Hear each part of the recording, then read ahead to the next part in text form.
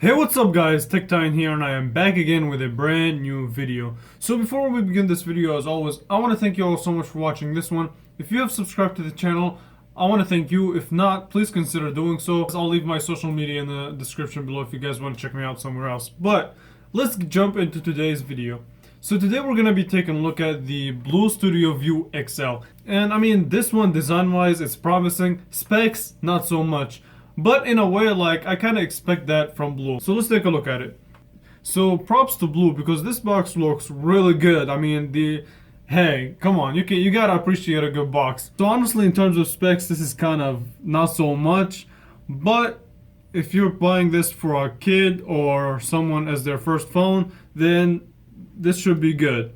So yeah, let's talk about it. So it has a 5.7-inch curved display, and it does support the 18:9 aspect ratio, which is pretty cool to see that even budget phones are starting to adapt to it. So that's nice. Now the resolution is not really that good. It's only 720 by 1440, so not really the best resolution out there, and it comes in at 282 pixels per inch. Now, it does have a 1.3 GHz quad-core processor, 16 gigabytes of storage, which is okay since it is expandable. Now, 1 gigabyte of RAM is unacceptable, honestly, budget or not. 1 gig of RAM is a no-no. But let's keep going. A 13 megapixel main camera with a LED flash, as well as a 5 megapixel camera with a front-facing flash, if you're into that. A decently sized 3000 milliamp hour battery, and it does support a fingerprint sensor, and it comes in with Android 7.0. So let's lift out the box. Like I said, this box is really well thought out. And here's the phone. Now the color that I get, it does come in different colors, and I'll show you guys the other colors. But this one is in particular a really nice color. It has this iPhone 8 and 8 Plus vibe. Now it's not really glass, it is plastic, but it does mimic glass. So design wise it looks really good from the back. And on the front, like I said, it does support the 18:9 aspect ratio, which means the bezels are shrinked up. Now this is a more of a taller phone. It kind of reminds me of the Moto G6. The box.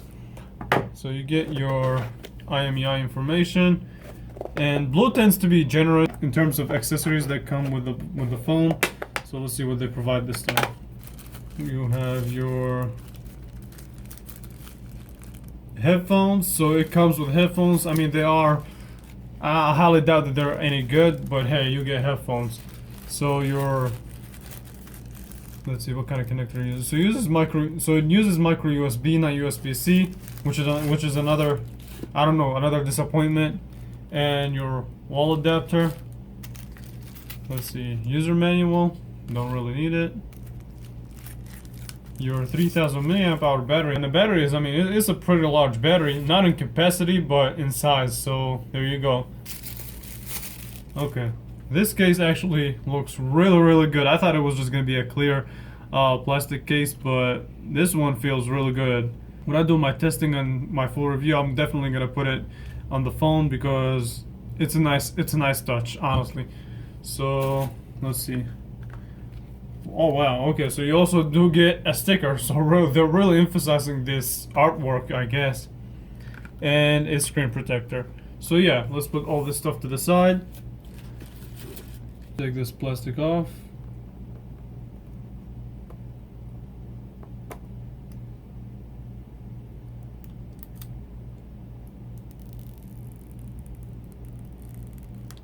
So it actually comes installed with a screen protector right out of the box, which is pretty cool, and you also still get one in the box. So you gotta give it up for Blue in terms of accessories. They go all out. I like that. Alright, there you go. So one thing I gotta say about a lot of Blue phones is that as soon as you power down, it just gets really bright.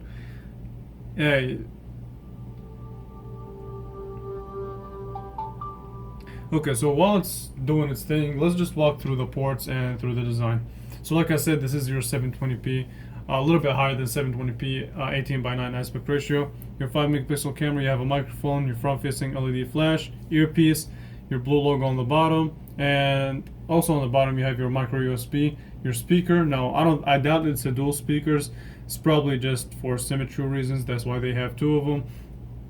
And on the back you do get your fingerprint sensor, which is pretty large, as well as your 13 megapixel camera LED flash, and the top you still retain the famous 3.5mm headphone jack. And on the side, on the right hand side, you have your power button as well as your volume up and down. And I gotta say, they're pretty tactile. Not the best buttons out there, but they're decently tactile. So yeah. Okay, so here you guys go. So this is how it looks like when it's all said and done. And I mean, it's using a pretty near stock Android. It does have a little bit of skin on it, but for the most part it is stock. Now, one thing that I noticed about a lot of Android phones nowadays is that they come pre-installed with this app Duo.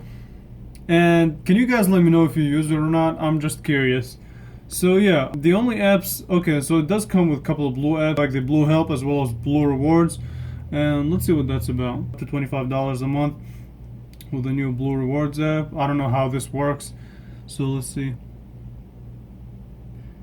So I guess when you view their exclusive contents, you get some sort of rewards, gift cards, something like that. It's not really important to me. So let's take a look at the phone itself, because that's what you guys are here for. Now let me just turn up the brightness all the way up and see how bright this phone can get. And since I am in an indoor condition, I mean, I can see it very visibly and it's really good. But outdoors, it doesn't seem to be as bright as it should be. So I guess if you're in the sun, and I'll do more further testing in the full review, but as of right now, to me, as I'm just looking at it, I wouldn't say that it's a very bright phone, but it's decently bright.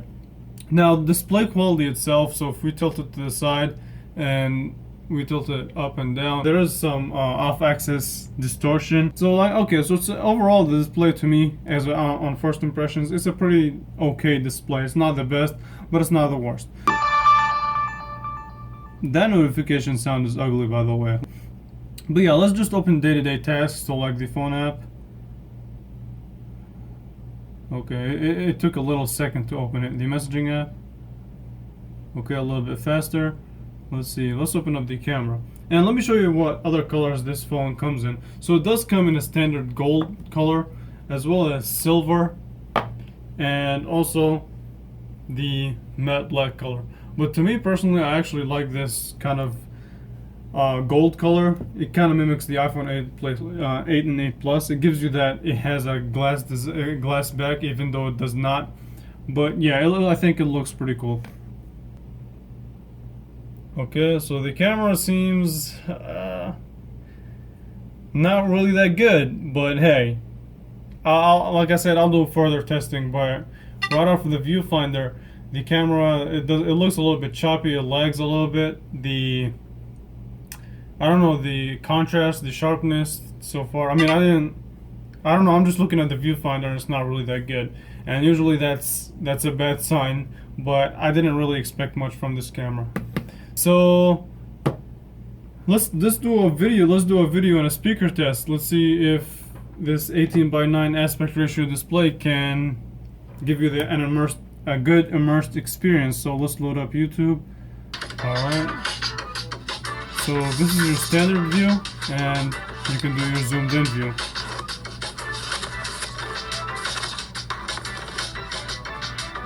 Alright, what's up guys, I'm PhD here, and welcome to a new video series idea. Here's how this one goes. So we pick a category on Amazon, probably somewhere in tech. Okay, so speaker quality is actually not too shabby. It's definitely better than, in my opinion, the best budget phone in 2018 as of right now, which is the LG Stylo 4. And that speakers is horrible, but this one is definitely better. So this phone, I mean, at the end of the day, this phone costs $95. So it's under $100 phone, and it looks really, really good. I mean, in terms of design, it's definitely up there to me in terms of the budget world. Now, what it does fall off short is the typical thing that manufacturers like to do when they design a budget phone. So they either pick design over specs or specs over design. So in this particular, with this particular phone, it's really, hey, we want this phone to look good because some people care about looks rather than just outright specs. Specs are not really that good.